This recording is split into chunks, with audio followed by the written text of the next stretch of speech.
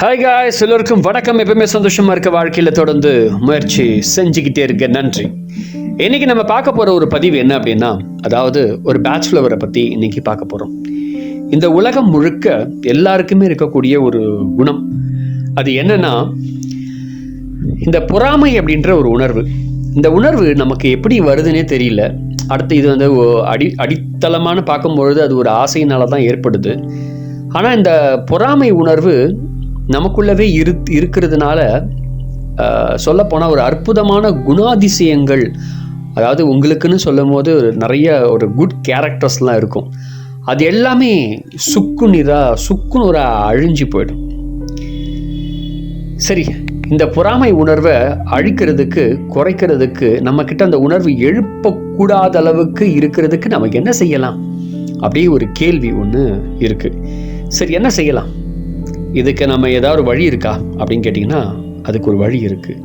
சில பேர் என்ன சொல்லுவாங்க, பொறாமை இந்த உணர்வுலேருந்து நான் எப்படி வெளியேறது அப்படின்னு சொல்லி தியானம் பண்ணு, இல்லை மைண்டை மாற்றிக்கோ, அதெல்லாம் பண்ணாது. அதாவது ஒருத்தவங்களுக்கு வந்து அறிவுரை தான் சொல்லுவாங்க. அறிவுரை சொல்கிறதுனால நோ யூஸ், அது போகாது, அது இருந்துக்கிட்டே தான் இருக்கும். அது ஒருத்தவங்க மேலே வந்துருச்சு, அது போகவே போகாது. இன்னொரு விஷயம் சொல்கிறேன், நீங்கள் பொறாமை உணர்வு ஒருத்தவங்க கிட்ட வச்சுக்கிட்டு நம்ம எதாவது ஒன்று பார்த்து நம்ம பண்ணுறோன்னா, நான் ஒரு உண்மையை சொல்கிறேன், நீங்கள் பண்ணுறது ஃபெயிலியர் ஆகிடும். நீங்கள் பண்ணுறது ஃபெயிலியர். எனக்கு தெரிஞ்ச ஒருத்தர், ஒரு அண்ணன் தம்பிங்க 2 பேர். அண்ணன் என்ன பண்ணுறான்னா, நல்லா படித்து ஏதோ பண்ணிகிட்ருக்கான். தம்பி வந்து அவனுக்கு வரல ஏதோ ஒன்று. அண்ணனை பார்த்து என்ன பண்ணுறான், பொறாமப்படுறான். அண்ணன் என்ன படிக்கிறானோ அதே பண்ணலாம் அப்படின்னு சொல்லிட்டு அவனுக்கு வழி தெரியாமல் அண்ணன் என்ன பண்ணுறதெல்லாம் பார்த்து காப்பி அடிக்கிறான். ஃபுல்லாக காப்பி அடிச்சு அவனும் படிக்கிறான், இவனும் 2 பேரும் ஒரே படிப்பு தான் படிக்கிறாங்க. ஆனால் வித்தியாசம் இருக்குது. அண்ணன் வந்து உயர்ந்து போயினே இருக்கிறான், அவன் இன்னொருத்தன் உயர்ந்து போகவே இல்லை.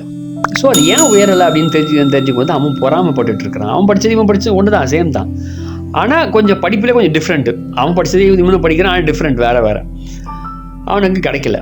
அப்போ பொறாமை உணர்வுனால நம்ம ஏதோ ஒன்று செலக்ட் பண்ணுறோம், அது மூலயமா அது தேர்ந்தெடுக்கிற ஒரு விஷயம் நமக்கு மாறுது அப்படின்னு இருக்கும்போது நம்ம வாழ்க்கையும் அது பாதிப்பாகவும் காலத்தையும் நேரத்தையும் நம்ம வந்து வேஸ்ட் பண்ணுவோம்.